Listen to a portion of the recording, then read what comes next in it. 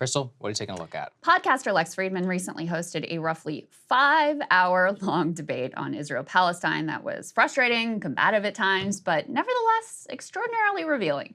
The debate featured author and scholar Norm Finkelstein, analyst and researcher Mouin Rabbani arguing the Palestinian perspective. On the pro-Zionist side, you had author and historian Benny Morris and YouTuber Stephen Bennell, also known as Destiny. Now, if your immediate reaction is that one of these individuals doesn't quite fit in with the rest, you are correct, and it was painfully obvious the entire 5 hours that Destiny was wildly outside of his depth. In fact, although many of the viral clips from the debate involved Destiny's humiliation at the hands of Norm Finkelstein, the truth is that for most of the debate, he was kind of irrelevant, sitting like a child at the grown-ups table. His presence was nevertheless useful for helping to illustrate the combination of ignorance, willful blindness, and debate bro tricks of the trade that are required to fully defend the Israeli position at this point in time. Benny Morris and Destiny threw every propaganda device in the Hasbara playbook up against the wall to see what would stick. So let's see how it went in the face of what at this point is an undeniable and indefensible reality. So first up, any good Hasbara campaign has got to start with a fairy tale view of history. Now, in this history, the only permitted victims are Jewish people who no doubt were horribly victimized in the Holocaust. And in this history, the only just response to those atrocities is not for the US or the UK or Germany or the Soviet Union to provide justice, peace, and safety for the Jewish people, but rather to impose that burden entirely on a people who had nothing to do with the Holocaust and who had in fact been, by and large, living peaceably alongside indigenous Jews for centuries.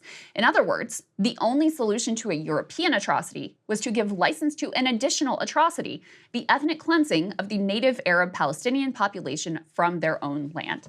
And the only acceptable response of that Palestinian population was then to meekly accept their dispossession.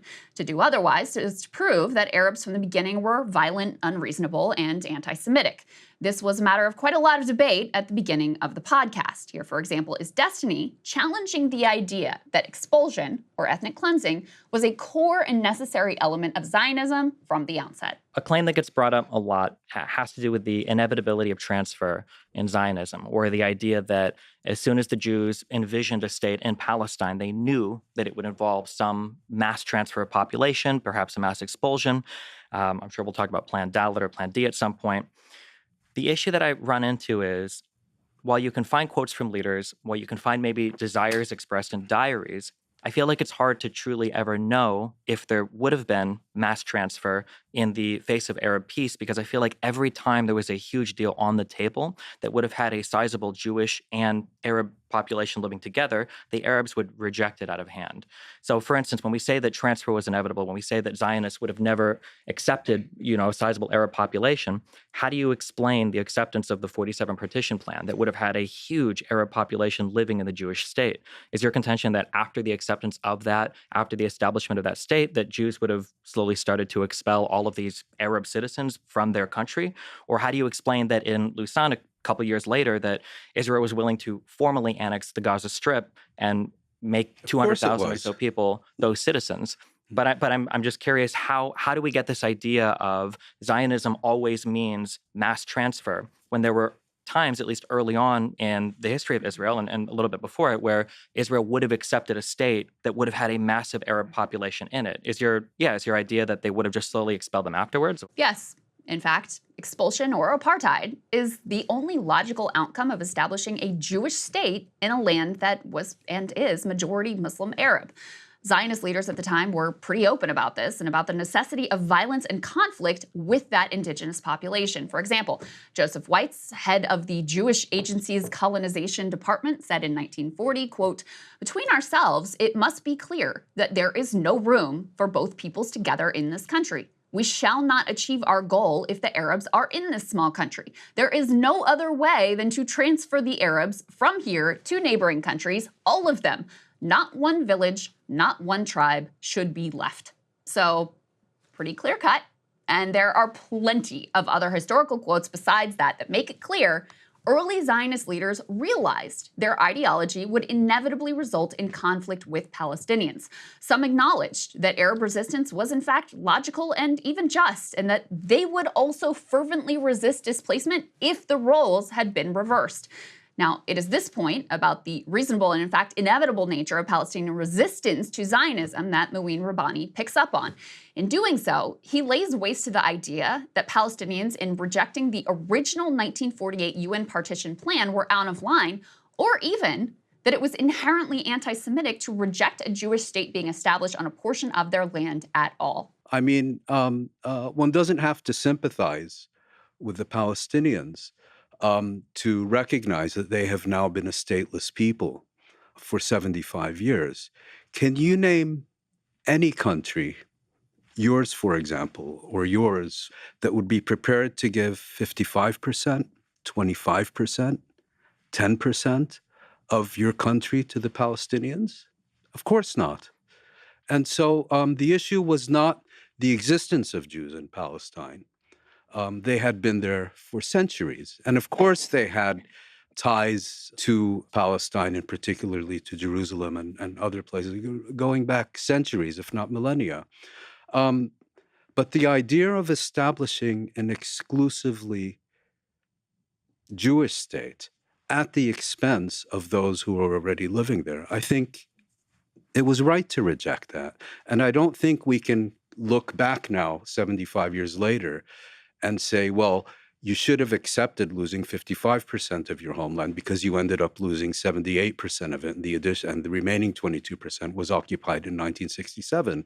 That's not how things work. Yeah. And I can imagine an American rejecting giving 10% of the United States to the Palestinians, and if that rejection leads to war and you lose half your country, I doubt that 50 years from now you're going to say, well, maybe I should have accepted that. So they didn't accept the establishment of an explicitly Jewish state because the inevitable outcome was some version of exactly the apartheid, ethnic cleansing, and now out-and-out genocide that we are seeing play out. This was a point that Norman Finkelstein made quite eloquently, talking about the version of nationalism Zionism represents. Most theorists of nationalism say there are two kinds of nationalism. One is a nationalism based on citizenship. You become a citizen, you're integral to the country. That's sometimes called political nationalism. And then there's another kind of nationalism, and that says the state should not belong to its citizens. It should belong to an ethnic group. Each ethnic group should have its own state. It's usually called the German Romantic idea of nationalism. Zionism is squarely in the German Romantic idea. That was the whole point of Zionism. We don't want to be Bundists and be one more ethnic minority in Russia. We don't want to become citizens and just become a Jewish people in England or France. We want our own state. Like the Arabs have 23 states. No, wait. Before we get to the Arabs, let's stick to the Jews for a moment, or the Zionists. We want our own state. And in that concept of wanting your own state, the minority at best lives on sufferance and at worst gets expelled. That's the logic of the German Romantic Zionist idea of a state. That's why they're Zionists. So the truth is, the desires of the early Zionists, especially after the Holocaust, but even before, given the number of violent pogroms in Europe, were completely understandable. As the cause of Black nationalism, a similar nationalist ideology, given the horrors of slavery and Jim Crow and other discrimination, also so understandable. But it's also true that though their aspirations were understandable, in reality, Palestine was not a land without a people. And realization of those Zionist aspirations in Palestine required committing grave injustices against the people who were presently living in that land. Now, in order to accept the fairy tale version of history and to accept the current fairy tale version of Israel, the version Joe Biden seems to believe wholeheartedly in, where the Israeli government would never intentionally target civilians or engage in apartheid or have ethnic cleansing as a policy goal, in order to accept those Disney versions of reality, you got to make a bedrock underlying assumption that Western powers, in every instance, have good intentions, and Palestinians, in every instance, have bad intentions. Now, oftentimes, these assumptions are based in racist worldviews in which Westerners are inherently civilized and Arabs are inherently barbarians. Netanyahu hints at this when he describes their genocidal assault on Gaza as being a conflict between the sons of light and the sons of darkness. Now, this unshakable belief in the goodness of Western powers was evident throughout the debate. In a jaw-dropping moment, Destiny reveals himself to be fully captured by an almost religious devotion to that benevolent view of Western powers. Take a listen. It was correctly brought up that I believe that Ben-Gurion had, I think Shlomo Ben-Ami describes it as an obsession with getting validation or support from Western states. Great Britain, and then a couple decades later, That it becomes explains the Suez War, the Suez Yeah, crisis. exactly, correct. That was one of the major motivators, the idea to work with Britain and France on a military An operation imperial against Arabs. stooge. But then the question again I go back to, if that is true, if Ben-Gurion, if the early Israel saw themselves as a Western fashion nation, how could we possibly imagine that they would have engaged in the transfer of some 400,000 Arabs after accepting the partition plan? Would that not have completely and totally destroyed their legitimacy in the eyes of the entire Western world? Would No. there not have been? How not? If you thought the US and the UK would object at any point to naked barbarism against Palestinians, then the past several months should have thoroughly disabused you of this notion. The idea that Israel and its allies are always operating with good intentions is also incredibly apparent in how incredulous Benny Morris and Destiny both are at the notion Israel would intentionally target civilians. Now, you would be very familiar with the arguments that were proffered in that section of the debate. Essentially, both of them argued that if civilians are killed, then they must have been human shields, or at the very worst, they were regrettably killed due to the one-off actions of a few rogue soldiers. Such atrocities could not possibly be the result of official Israeli government policy. Of course, a look at the evidence renders this view absurd. After October 7th, the Israeli defense minister announced to the world a top-down policy of complete siege of the civilian population. That collective punishment has continued to a sufficient extent that children are now literally starving to death. And Gaza is now the site of the worst levels of acute hunger in the entire world. This, in and of itself, disproves the fantasy that Israeli governments would never target civilians intentionally. That's to say nothing of the vast destruction and death toll, which is inconsistent with the view that the problem of civilian casualties is simply the result of a few bad apples. The entire Gaza Strip population has clearly been targeted. Now, in the debate, Mouin Rabbani does a phenomenal job of identifying this massive blind spot and hypocrisy when it comes to the judgment of Israeli or Western actions versus Palestinian actions. This particular section has to do with documented Israeli atrocities committed against civilians in Lebanon. Take a listen. It sounds cold to say it, but war is tragic and civilians die. There is no war that this has not happened in the history of all of humankind. The statement that Israel might take care not to target civilians is not incompatible with a diary entry from someone who said they saw civilians getting killed. I think that sometimes we do a lot of weird games when we talk about international humanitarian law or laws that govern conflict, where we say things like civilians dying is a war crime, or civilian homes or hospitals getting destroyed is necessarily a war crime, or is necessarily somebody intentionally targeting civilians without making distinctions between military targets or civilian ones. I think that when we analyze different attacks, or when we talk about the conduct of the military, I think it's important to understand, prospectively, from the unit of analysis of the actual military committing the acts, what's happening and what are the decisions being made, rather than just saying retrospectively, oh, well, a lot of civilians died, not very many, military people died, comparatively speaking, so it must have been war crimes, especially when you've got another side, I'll fast forward to Hamas, that intentionally attempts to induce those same civilian numbers, because Hamas is guilty of any war crime that you would potentially accuse, and this is according to Amnesty International, people that Norm loves to cite. Hamas is guilty of all of these same war crimes, of them failing to take care of the civilian population, of them essentially utilizing human shields to try to fire rockets free from attack. Essentially, Essentially, yes. Let me, As in, I'm just saying that essentially, yeah, as in terms of how international law defines it, not how Amnesty International defines it, but Amnesty International describes times of human shielding, but they don't actually apply the correct international legal You don't standard. know what's the I correct know, absolutely. international law. You Norm, haven't but a Norm, clue. I absolutely You do, haven't Norm. a clue. I absolutely I do. think- but I'm find just it on saying, Wikipedia. I'm just saying, You believe can't find it it or on not, Norm, the Wikipedia. entire Geneva Convention is all on Wikipedia. It's a wonderful Okay, website. you know what? But I'm just saying that on the Hamas side, if there's an attempt to induce this type of military activity, attempt to induce civilian harm, that it's not just enough to say, like, well, here's a diary entry where a guy talks about how tragic See, these I think the attacks are. problem. I think the problem with your statement is that if you go back and listen to it, the first part of it is war is hell, civilians die. It's a fact of life, and you state that in a very factual manner. Then when you start talking about Hamas, all of a sudden you've discovered morality, and you've discovered condemnation, and you've discovered intent. Mouin absolutely bodied him there. When it's Hamas, the bad intent is assumed. Destiny has zero trouble calling their actions war crimes. When it's Israel, war is hell. And the default assumption is that they were trying to achieve legitimate military objectives and the civilians just got in the way.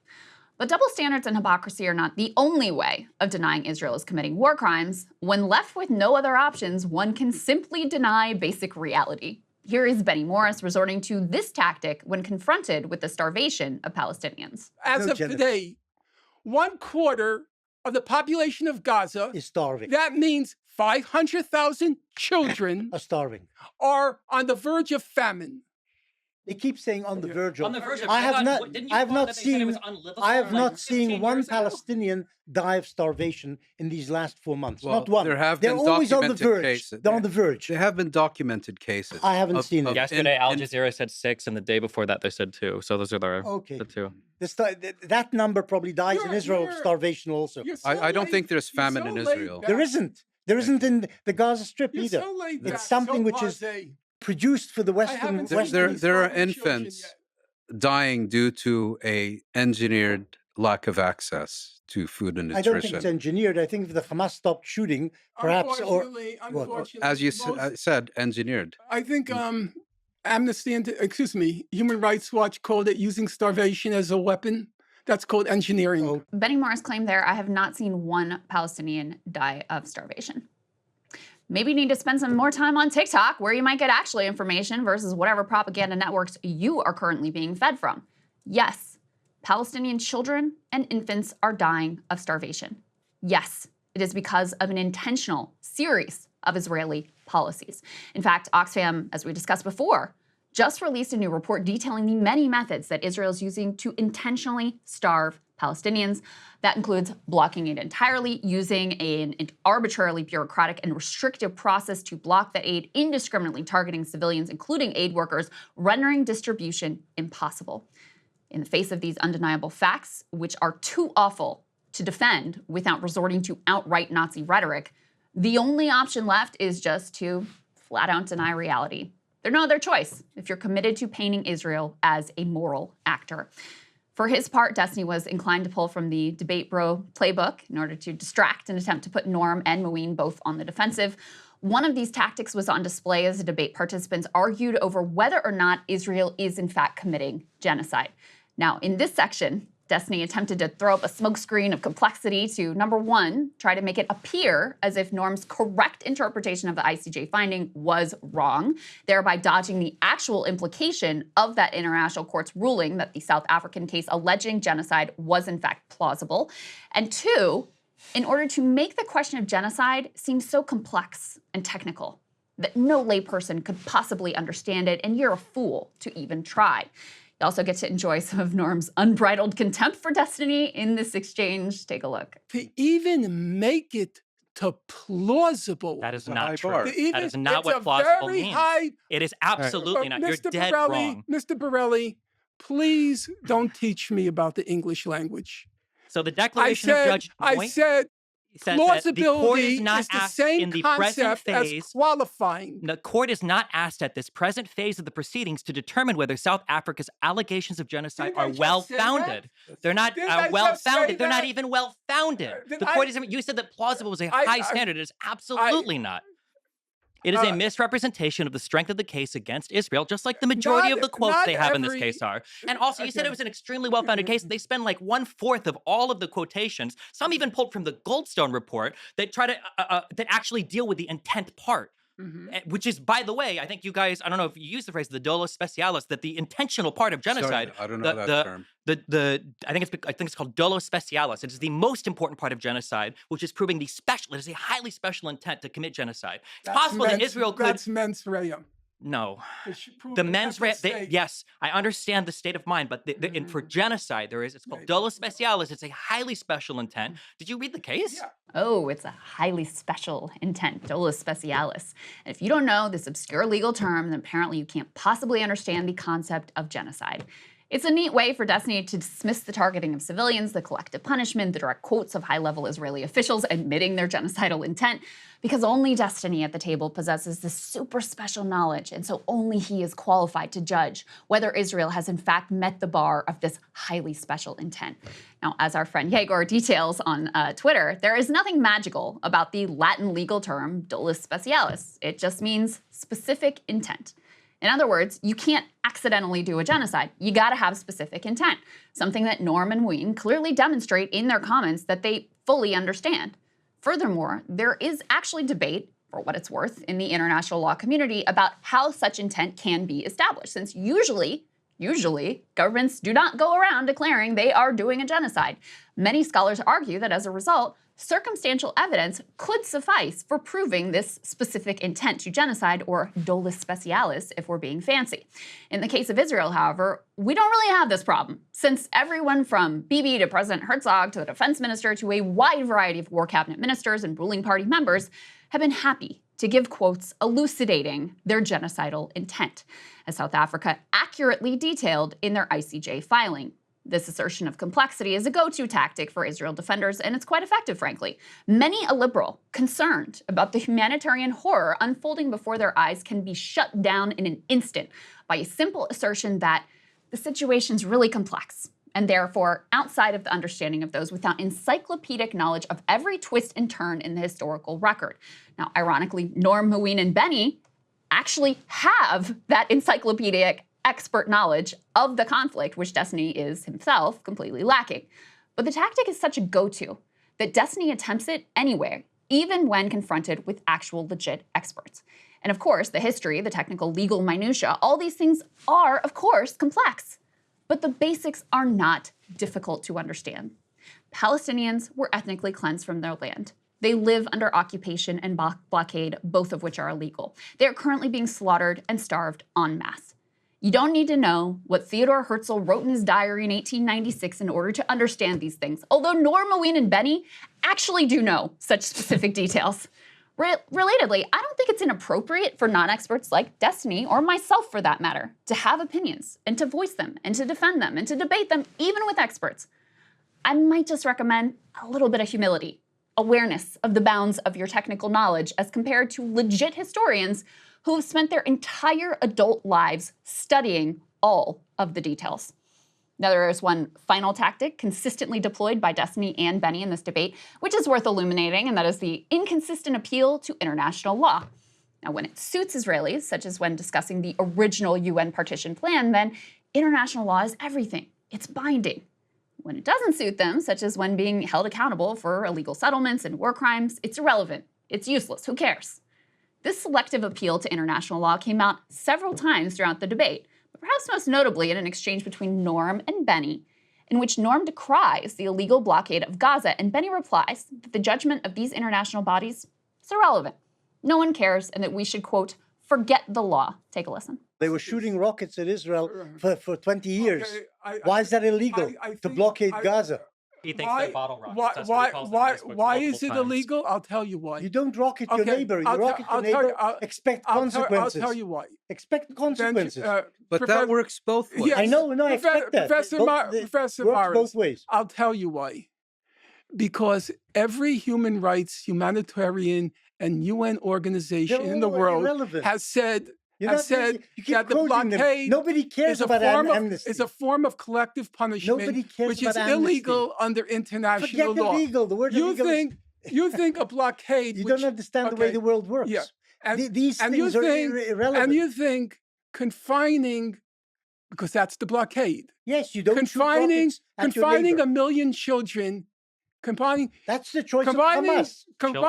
That's a Hamas's million choice. children in what the Economist called Okay. a human rubbish The- sheep. The Economist supported Israel in this war and continues to support Israel. What International Committee of the Red Cross called a sinking ship, what the UN High Commissioner for Human Rights called a toxic slum. You think It is a slum, of course it's a slum. You think, but it's caused by under the Hamas. international law, you think it's legitimate Forget to law. Hey, I know you want to forget the law. What about it's the morality? one thing that Forget law. What about it's morality? what every Israeli fears the most. What? The law. As No. Tzipi Livni said, I studied international law. I oppose international law. Of course you don't want to hear about the law. Then it's got nothing to do with anything. Okay, so here's the thing. Yeah. Then don't complain about October 7th. If you don't want to, Did you hear me if you complaining? want to say, I forget didn't about the complain. law, All I said was they acted like barbarians. then there is no international humanitarian law. There's no distinction between civilians and combatants. There should be. And so There should be, but it's got nothing to do with the now law. you're doing what Mouin said. You're becoming very selective about the law. So Norm refers there to what Mouin had said previously about the selective appeal to international law. And in fact, Mouin did sum up this point quite brilliantly and succinctly. If you want to dismiss international law, that's fine, but then you have to do it consistently. You can't set standards for the Palestinians, but reject applying those standards to Israel. If we're going to have the law of the jungle, then we can all be beasts, and not only some of us.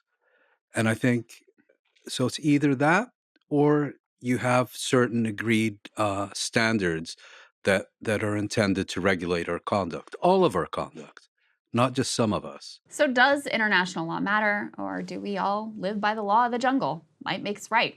It's a good place to wrap up because that's really the core question being tested right now in the Gaza Strip.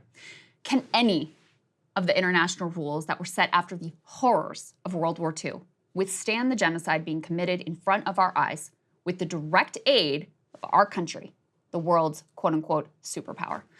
Will distinctions between civilians and combatants or prohibitions on war crimes or genocide, will any of that survive this moment? Or will we drop even the pretense of pretending to care about these concepts and leave it, as Mouin says, the law of the jungle where we can all be beasts? Because even the propaganda smokescreen, carefully erected over decades, cannot block the world from seeing the echoes of those World War II atrocities. You cannot see the images of the wasted, starved bodies of Palestinian children without thinking about the Holocaust. You can't witness the utter destruction of Gaza and not think of Dresden or even Hiroshima. You cannot hear the casual public dehumanization of human beings as animals and vermin and not think of Nazi ideology. The wall of Hasbara has crumbled, and we are all left to wrestle with the grave crimes that our leaders are perfectly willing to commit. So Saagar, even though... Hey guys, if you want to see what I had to say to Krystal's monologue, not just this one, all of them, going back to the very beginning, become a premium subscriber today, breakingpoints.com.